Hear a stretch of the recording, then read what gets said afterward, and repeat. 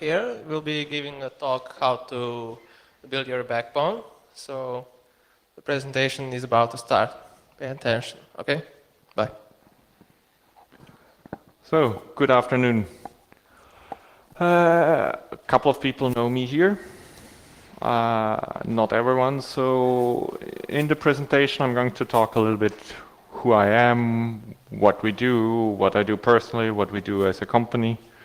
What I have been doing in the past, this talk is about the backbone, it's about our network infrastructure, what I'm going to do in the future, and also what is nice to have, what functionality I want to build in, what I want to extend.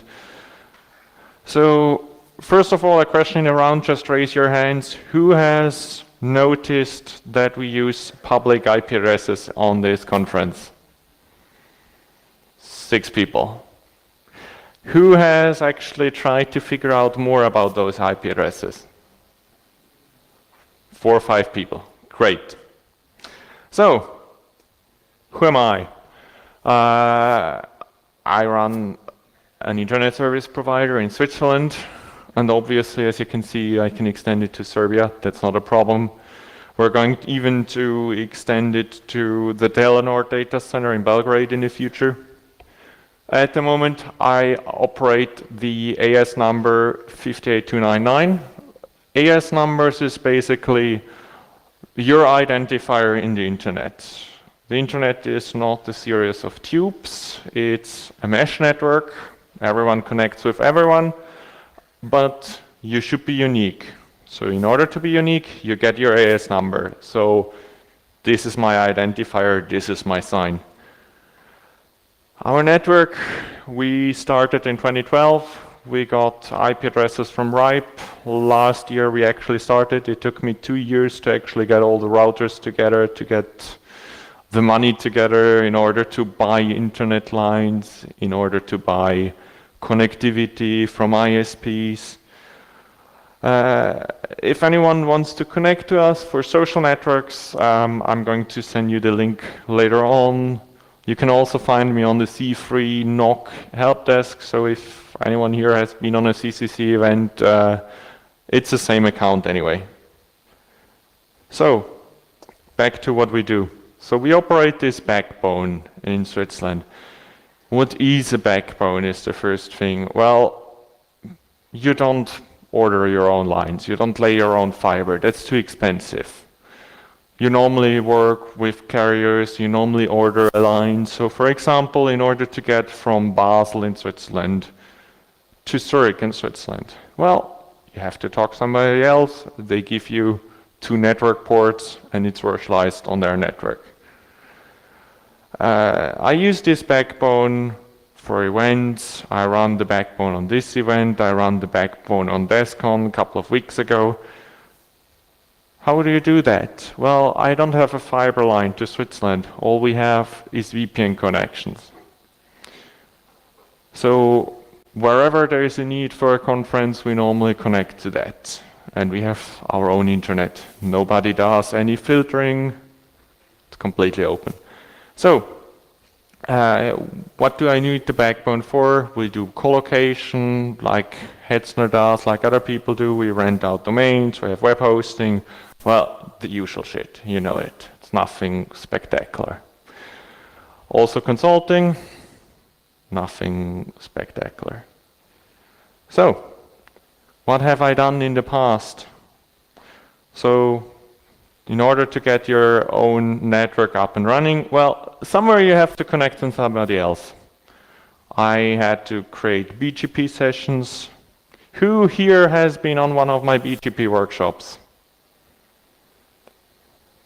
3 people. So you know about BGP. That's great. I actually had to do the workshop in order to teach myself how to do that, because nobody teaches you how to do BGP. There's books about it. The books are 5 centimeters thick, and you're like, okay, I have to learn this before I can actually use it. I cannot remember a whole book on theory. It's horrible. If you want to play around and if you want to learn about it, just As I said before, try to connect to the DN42. It's definitely worth to learn about it. That's what I did. I did my own setup by learning in this private VPN test network. So I learned how to connect to Init 7. For those people who don't know Init 7, they're currently launching as a business and private customer as well now. They get a lot of fiber connections in Switzerland. They're selling bandwidth to people like Hetzner, to large enterprises. And it's actually nice. I mean, if you get a network connection here from, say, SBB, have you ever walked into an SBB office and talked to the network engineer who should solve your problem and you had a coffee and afterwards your problem is solved? Not really. Well, if you want to do business on a smaller scale, you need to find an ISP like that. That's what I did. I can walk into those guys and hey, if I need something special, you know how you can get them to do something special? You bring them a whole box of Clumate and they do it for you. Or they say, okay, forget about the setup fee. So I got this backbone, I got it connected to Init 7. I have a collocation in Zurich that's, by the way, about 100 kilometers away. And now I extended it to Gladfelden, that's close to the German border. So, pretty difficult to see, but here's a picture. So, if you want to get a backbone done, it starts to be rather difficult. First of all, you have to connect to different data centers. So I have the collocation in Zurich. I put servers in. I got from one of my clients actually a ring that connects to Basel. Basel is one data center. I got 2 fibers that I can use for my own to another data center, and I have to connect back to Zurich. As you can see, Equinix 1 is again in Zurich. So in order to connect from Zurich to Gladfelden, I have to go through Basel. Does that make sense? Not really. That's 200 kilometers for nothing. But it saves money. I have to pay only on that VLL service and on the uplink. So far, so cheap. You see any redundancy on this? Nobody sees any redundancies on it. That's the problem. Except, well, the ring is protected, but still if Basel dies, it doesn't really help. So what should you do in order to make it more redundant? Well, different things. First of all, internet exchanges. Internet exchanges is something nice. If you want to avoid that the NSA is watching all of your communication, make sure that you get an internet service provider who keeps data local. In Serbia, there's SOCs. So if you're with, say, Telenor, and you're chatting with somebody on SBB, and both Telenor and SBB is on SOCs, it never leaves Serbia. Your packets go to Belgrade and back. That's it. Very simple. And best of all things, those service providers are most of the time pretty cheap if you have those internet exchanges. You pay for a port and you peer with all of them. Well, shorter routes is keeping data local. It also has a second advantage. If you don't have to go through Frankfurt, for example, hey, your latency is better. Better ping times, hey, you can kill the other body much faster. So, I decided I will go to SwissIX. This is scheduled, so I can keep the data locally in Switzerland. If anybody wants to see more how the situation is in Serbia, there's a talk that has been done by RIPE members about the internet in Serbia.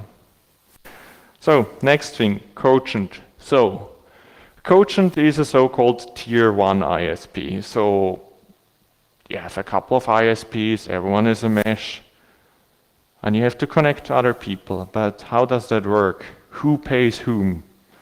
So a Tier 1 is an ISP who doesn't have to pay anyone else for connectivity.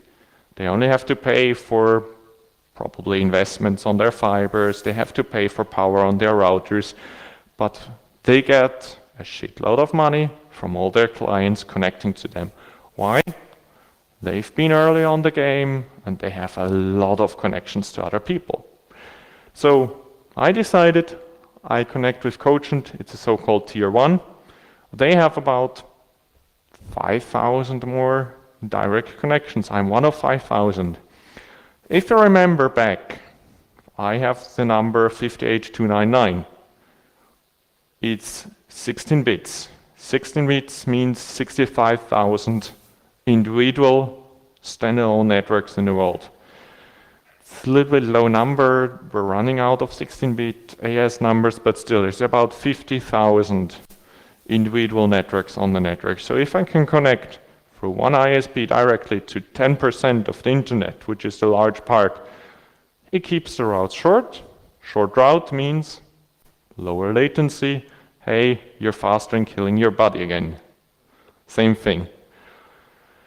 Next thing, TV Factory. That's random ISP. You don't know it, that's clear. If you have large telecom providers, Telekom Serbia, Deutsche Telekom, they're normally pretty asshats in the internet. Why? Everyone connects fair and equally on those internet exchanges because it saves money on both sides. If you're like the large ISP in a country, like especially in Germany, Deutsche Telekom, well, are you interested that the other body saves money? No, because you could think, well, my clients are the majority of clients for ISPs here. So if the other people have content, they have to pay me. Both sides pay. I get double the money. Well, in Switzerland I have the same problem with Swisscom, with Cablecom. So I had to pay another ISP like me, who's a bit larger, who pays actually those ISPs to connect close. Why? Well, if I have clients that use Swisscom or Cablecom or just the large cable providers, I need short routes. So that's the next thing. I need more uplinks. So if you remember, I have init7 as uplink. I'll get SwissIX, I get Cogent, I get TV Factory. That's a lot more redundancy than before. What could we do more? Well, one backbone is nice, but what if you do a mistake? What about two backbones? Well, I managed to get a new number, which is, by the way, very simple to remember. 41 is Switzerland, 666, the number of the beast. I don't know how I will call my backup backbone. It's a second backbone, but I think I'll do something funny with it. So the next thing you're going to do is, fine, now you have a backbone. But what does it serve? I mean, it's fun. You have a couple of routers, they generate noise, they move around packets, but yeah, they use power costs, so you need clients, right? Somebody should pay you for that, because otherwise it doesn't work that well. So actually now I do connect downlinks. So we have fiber to the home ISPs in Switzerland that actually buy connectivity from me. That's coming soon. Now, if you have two backbones on the same lines, you end up with a big mess in the routing tables. For people that have been playing with routers, VRF and VPRN is the same. So basically start to virtualize your backbone. You have one line and you split it. You virtualize it. That way, better resource usage. It's like you have a server where you virtualize two machines, they don't influence each other. So this is coming soon. This is actually coming soon, like this month. All of that. Sounds like a stressful month? Yeah. That's how it's going to look like. You see that somehow we actually end up something that nearly resembles a ring, right? Ring is nice because if one line fails, we can use another line. Interaction, that's a new site. I cannot afford redundancy there yet. The one on the top right corner, that's our low-cost colocation. I cannot afford a second line to it either. So, We have a ring. Have you ever played by accident a cable twice in your switch? Who has done that? Plugging in a cable twice in your switch? Come on, everyone. Seriously, everyone has done that. What happens? The switch is blinking like crazy. Well, what actually does happen is you have a lot of management communication. Hey, who has this IP? The ARP protocol. If you have a loop in your network, well, that packet gets sent round and round and round and round, and it keeps on going, and it crashes your backbone. There's a solution for that, supposedly. Well, it's called spanning tree. Spanning tree is nice, right?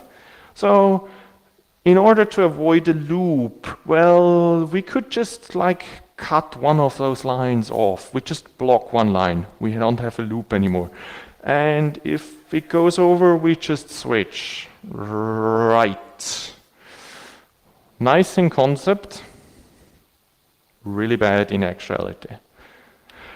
Because you need to steer it a little bit. Every single switch who participates in spanning tree, you have a priority because you want to have the strongest switch to be the root. It's like a tree, spanning tree. You want a solid trunk, not a little branch, and then you have suddenly a tree on it that will fall over. Well, that's the thing that normally where the big fuck-ups happen, because if you have on the top right corner a small internet line over there and you do a mistake on spanning tree and you decide to reboot one of your routers and suddenly all traffic ends up there and you're like, where do all my packets go? Why is everything so slow? Well, you end up starting to dislike spanning tree. About 90% of my network failures have definitely been spanning tree. So, that's one thing to consider. Spanning tree is dangerous. Perhaps there's a better solution for it. Let's see. So, that's how it's going to look this month. What do we want to do in long term? Well, we just heard that spanning tree can be difficult. There's a second problem. Spanning tree blocks lines, right? So I have a line I'm going to pay for, but I'm not going to actually use it. That's a waste of money. I don't like that. Well, what you can do is, instead of using VLANs in your core, you can use different protocols. Instead of Ethernet, let's use MPLS. MPLS is basically something between OSI layer 2 and OSI layer 3. It's label switching. So at the moment, we have those virtualized routing tables. Let's split that out and go to MPLS. If you have MPLS in the core, you have a ring, and it actually takes the shortest path instead of the only path. Better capacity, better latency, all the resources are used, and hey, we don't have spanning tree blocking me. So, core on MPLS, that's a layer 3 core, as you normally hear. There's two strategies. Either you say you want your core on layer 2 or layer 3. I'm going on a layer 3 core. So, next thing which is very important, BCP 38 and 84. I'm going to have another talk on that as soon as I've actually implemented that. I'm still learning that. So, here on the Congress network, we have 151.216.40/23. That's IP addresses we got for this Congress network. One of the things which should not happen, because then there's something wrong, is if my firewall, here, the core router, sees that there's a packet coming in, source IP from the Congress network, but it's actually coming in from the outside. That's definitely something wrong. And also, if my router sees, hey, there's a packet leaving my network, but that's none of my IP addresses, that should be dropped. And this is best practices guide, and this should be implemented. Why? There's the problem with open DNS servers. If somebody sends a spoofed packet to a DNS server with a spoofed source IP address, the DNS server, because it's UDP, will reply to it. But because the source IP is spoofed, it replies to a victim and not where the packet came from. And normally the answer is much bigger than the question. That's a so-called amplification attack. It happens with DNS, it happens with NTP. It's a big problem, especially on those management boards. If all the ISPs in the internet would actually implement that, there would be no amplification attack anymore. And we're talking about hundreds of gigabits of amplification traffic. It nearly took down CDNs in the last year. So everyone has to implement that, and I should do it as well. Next thing, hey, we have this core on MPLS. Well, we still have the problem if you have VLAN going from A to B and you end up having a loop by accident because you connect two switches and you forgot the switches are connected on somewhere else through your backbone. Well, let's do it differently and use some form of VPN. It's a layer 2 tunnel. So what I'm buying from other people, I can create on my own and sell it again. So if I have an Ethernet connection from A to B, it's actually some form of VPN. That's one thing. So, next thing, DDoS attacks. Well, very bad if you get an DDoS attack coming in. Now imagine you have a 10 gigabit line from your ISP attacking, and you get an attack of 20G to your server. Some server in your network gets attacked. Well, even if you say, okay, I just dropped this traffic on my router, is that going to help? 10G line, 20 gig traffic, you're out. The only solution is that I actually ask my ISP, who connects me to the other people, to filter that traffic. At 2 a.m. in the morning, will they be happy if I wake them up? Not really. BGP blackholing, I send them a specific route, I give it, not kidding, the number of the beast, I tag it with 666, everyone does it with that, it's bad packets, you tag it with the number of the beast and they know, okay, that's a black-holed IP, so we drop traffic to it. Suddenly I don't have a problem anymore, and it doesn't cost me. Because 20 gig on my line, that's going to be expensive. If it filters out, doesn't cost me. Very nice thing. Next thing is we're also going to do layer 3 VPN. That's the long-term solution. That's especially for customers that want to have nice VPNs, but they don't care about encryption. Why is this relevant? Well, this is how it should look in the future. We have those 3 red routers. They're going to be MPLS routers. I don't really want them visible in the internet. They're not relevant to the customer service, so let's hide them. So the idea is we have those blue routers. They are the actual routers that connect to the internet. And everything in between, let's use a VPN. That way, even if we have an attack on my backbone, the core is not affected, the core is not to be seen. If the core is not routed in the internet, nobody can access it. Saves you on lots of firewall rules because, well, it's not visible.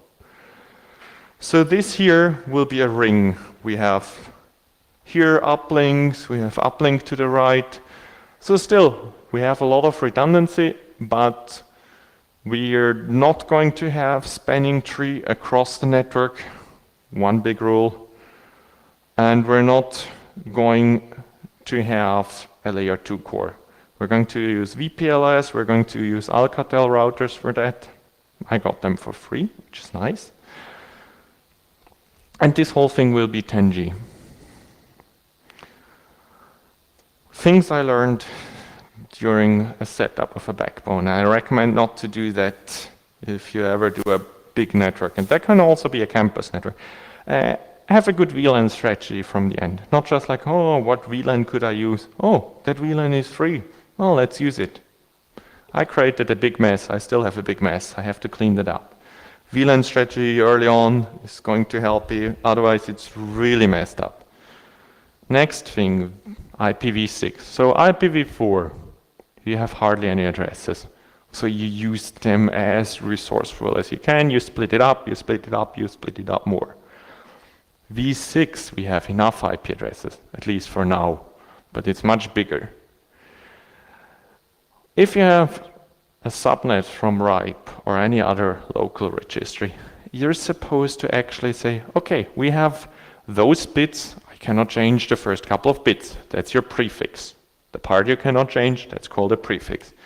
After that, I have potentially a couple of bits, in my case, 96 bits for free. I can use whatever I want to do. 64-bit is in a regular network, that leaves me 32 bits left to play around with. And I just started, okay, network 1, network 2, network 3, but in decimal. That's a big mistake. You should split it up like, okay, 3 bits is the country, 3 bits is the city. You actually should split it up like that. And I completely messed it up. Great if you have to renumber your whole backbone and you have to tell every single customer that he has to change his DNS records because he's going to get new IP addresses soon. I tell you, they love you for that. Another big mistake I did, so yeah, you have all those devices where you have to access a management network. A switch has to be configured. Well, normally you use private IP addresses in order to split it because it should not be accessible from the public internet. Nice in concept. Bad if you actually leak those addresses by accident into your own routing table, because, okay, the internet cannot access your management IPs, but every single one of your customers can. That got some interesting effects, don't ask. So the idea is to use a different routing table again, so it does not mix. So, like a server with virtual machines, we have backbone 1, backbone 2, management network, and they cannot jump to each other. And again, avoid spanning tree if you can. Search for other functionality. At least don't do spanning tree through your network. No spanning tree in the core. Nobody's going to patch there anyway. Try to only have spanning tree on the switches where clients access it. Don't do spanning tree on the uplink ports. It has nice side effects. Yes, it's a good concept, but it messed up more than it solved. What I normally don't see on slides, if somebody does a presentation, is what actually equipment people use. And I'm always interested in on my own. So for people who are interested, we're using Alcatel core routers. Those core routers do about 200 gigabits on their management board. You have 10 gigabit slots, and the big one, Service Router 7, you actually can put in 100 gigabits cards. So I think 100 gigabit is still, yeah, that's going to last a couple of years, hopefully. We never know. Core routers, well, my core switches, they fell off a trunk as well. Somehow I got a lot of equipment. So I got switches that can do 720 gigabit switching routing for free. It's very nice if you know actually manufacturer who switch out equipment because they're upscaling. So sometimes it's worth to ask on the trade-in. Your supplier, if you know that your supplier does trade-ins, if there's actually stuff that gets traded in, if you can buy that. Sometimes they give it to you for free. On the switches, Brocade, these are very, very solid switches. 6430, that's you can get it with 48 ports at about $1,500. They've never let me down. They work as rock solid. 6450, it's about $3,000. They have 10G uplinks. Those are like the workhorses in my network. I use them for clients that need 100% reliability and they want to spend some money. For my routers that connect to the uplink, I think you guys have a lot of MikroTik here in Serbia. It's very strong. Why? They're really cheap. At the moment I use the 36 cores models. Just imagine a CPU with 36 cores. It's very nice. And I'm going to the 72 core model soon that has 8 times 10G ports. Well, I mentioned that I'm going to upgrade to 10G this month. I realized a couple of weeks ago, oh, I'm going to buy 10G, but I don't have a router with a 10G card. Not a BGP router, just the switches and the core routers. They're not the edge routers. Edge routers are outside of your network. They're connecting you to the other. So I have to trunk lines together. That's not a good solution if you have to bond lines. Not for a production environment. Also stuff that we use, extreme switches. We use it here as well. We have I've used that for the workshop. I got them for free from other ISPs. It's very nice if an ISP actually gives up business and goes bankrupt. You can catch up quite a bit of equipment. Alcatel the same, Cisco switches. And for management network, actually unmanaged Netgear switches are really, really nice. So why do I do this work? Why do I get a second backbone? What would be nice? Well, you know, the government normally asks ISPs about their customers if they think they have an investigation going on somebody. I operate a larger Wi-Fi network in Switzerland. Well, I have a couple of lawful intercept requests, but it's boring. I only get like 1 or 2 a month. I mean, that's not like the record in Switzerland. I would like to break this record. So bring it on. I get this second backbone because I don't want to risk the primary production for some nice stuff. What about Tor exit nodes? Hey, if the government is asking me for Tor exit node every week, I don't care. If I can tell them, well, that was this association, you have to go there. And then the association says, well, okay, we're boned. We give up and we create a new association. Well, you can play around a little bit with it. I think that would work pretty nicely because most of the time it's actually a liability issue. So create associations. I give you the internet connectivity. Tor relays, that's just traffic. Research nodes, somebody want to scan the internet? Fine for me. Crypto services.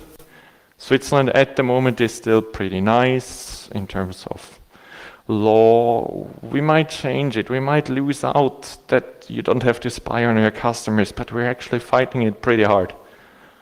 Freifunk, a lot of people probably heard about them. They want to create free Wi-Fi networks. Nobody wants to be liable for it. Well, create an association, create 1,000 associations. I don't care if I have to deal with the government. Why? Hey, let's make a living out of it. The government pays you $250 for every question they ask you. Bring it on. I could live on that. I don't care. Enemy of the state? Yay. Yeah. Also, we do quite a bit of sponsoring for different organizations like the Freedom Initiative for Information Exchange. Yeah, we have quite a few associations in our backbone already. So, if anyone wants to contact me, here's a couple of contact information. I think send me encrypted emails if you can. It would be worth it. I have a Twitter account, that's my private one. I have an email address here.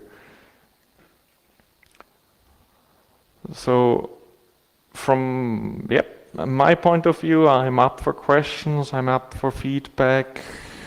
If anyone has some feedback on the backbone or ideas or questions on decisions, wait for the microphone. How much AS number costs to make this? Okay, so first of all, to get an AS number, you either need to find a friend who is a so-called local internet registry. Local internet registers are members of RIPE, because we're here in Europe, so for us the RIPE is relevant. Membership for RIPE is $3,000 in the first year and $1,600 in the upcoming years, or euros. I think it's actually euros, sorry, euros. But the actual object, to have an AS number from RIPE, €50 for the AS number, but an AS number is boring, it doesn't help you. You also need some IP addresses. You can ask for an IPv6 subnet without being a member. That's €100 a year. Talk to me, there's a standard contract and you can actually peer in the internet. Okay. But exchange points, like socks, Yes? that we have. When you buy connectivity to socks, you only have peering to the local providers, but you don't have downlink to the real internet. No, that only to the people that participate, yes. Yes, That's the idea of an internet exchange. You always need uplinks as well. An internet exchange is meant as a neutral platform, and they most of the time explicitly forbid to do transit. It's called transit if you go outside. Yeah, They I normally understand forbid that. it. So you need uplink providers. But you don't want to pay your uplink provider if all your traffic is locally, you want to save on money. Okay, but what if I want to go to Facebook? I need the You always Uplink. need an uplink. Yeah. If you want to go to Facebook, actually it depends. Facebook actually peers on some places. But still, you want the whole internet. You need at least one uplink. That can be a local other ISP, but it must be a private connection. Okay, thanks. More questions? What kind of router are you using to connect to the exchange?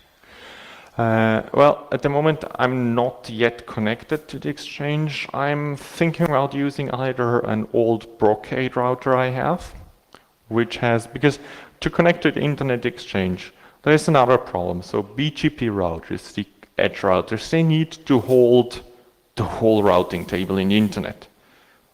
That's more than half a gig. So you need more than half a gig of RAM just to hold the routing table, plus you need the operating system on top of it. So you need at least 1 gig of RAM. But to connect to an internet exchange, all you get are the local routes. So I can use a router with 500 megs, or if you want to, you just use another MikroTik. So probably CCR 1036 again. At MikroTik user meeting in Prague, there was one Italian, I think, user who connected with MikroTik on the exchange. So probably a good idea. And he explained how he did it. And Yeah, I'm using MikroTik even as edge routers, Yeah. it's a peering router. So yes, I've been on this Swiss MikroTik user meeting recently as well. That's why I know that this 72 core model is coming up. cool thing. I have another question. Where I can learn about BGP? Real BGP, not the theory and stuff. A real BGP, DN42. That's this VPN network. I think it's just DN and the number 42. You can connect to it. All you need is a public IP address somewhere. You can rent a cheap VPS. And basically what you need to find is someone else. You establish a VPN connection, and from DN42, DN42 also uses private addresses in this VPN. You get your own block from within DN42, and then you start building a first VPN connection, you build a BGP connection through DN42. That's one thing, but you want more than one connection. So you start talking to somebody else in DN42, you build a second VPN connection, and you build a second peering, and so on. DN42 is a big mesh network, and that's how I learned getting online. That's one way. The other way is you go to talk to one of the local internet registries, like I am one. This is Serbia. Hmm? This is Serbia. It doesn't have to be Serbian. You talk to an internet registry. You pay them those €100 for the objects, and you get an actual AS number, and you get a V6 block. Forget about V4. You don't need V4 to learn, and you connect through VPN. Nobody says that you have to use like Ethernet connections. You can use VPN as well. And then you're on the real internet. But if you do a fuck up and if you do announce IP addresses that you should not announce, you can break the internet. Okay, that's Remember Pakistan Telecom. Pakistan Telecom a couple of years ago announced IP addresses from YouTube. I even know why it happened. They created a route in their edge router, just a routing table entry, to point to nowhere. But they forgot that pointing route to nowhere is normally the way you get a big block and you want to announce the whole block.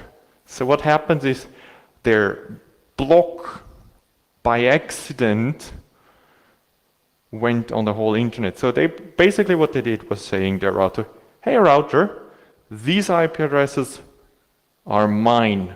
Don't send them out. Very efficient to block YouTube from Pakistan. But what they did by accident was telling the router, these are mine IP addresses, and by accident they told the whole world.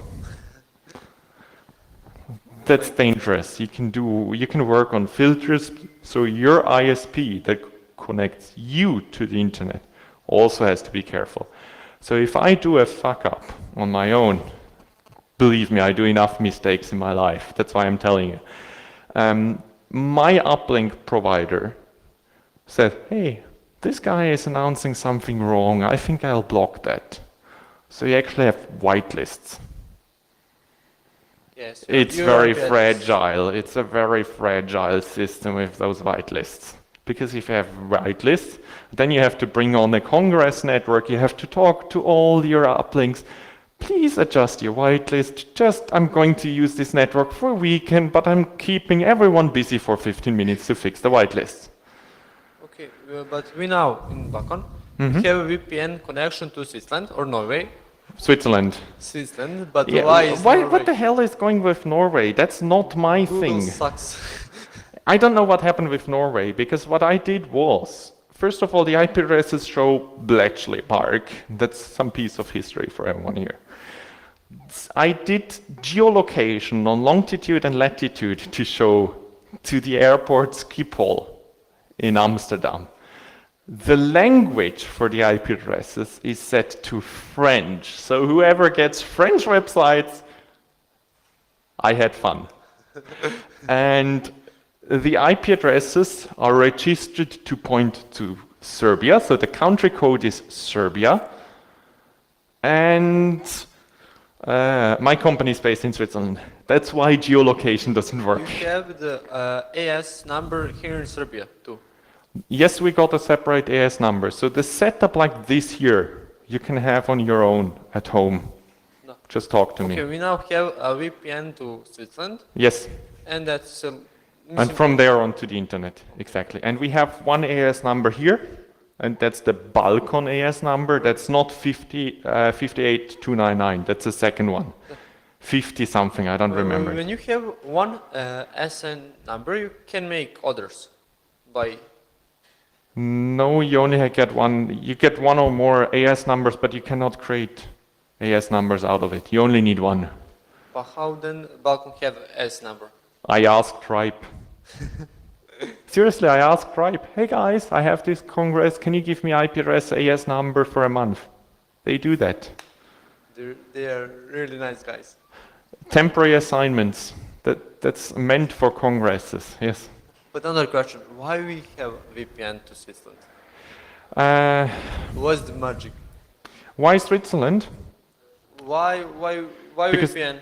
Why VPN to Switzerland? First of all, because I control the endpoint. Second thing, this is Serbia. Yes, I know. I didn't know who's going to be our internet service provider, and believe me, to do a BGP setup takes weeks. I had to prepare it.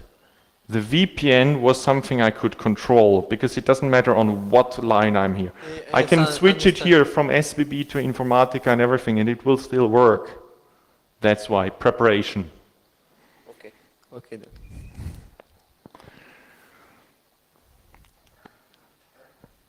More questions? Well, otherwise you have my contact information, just hit me.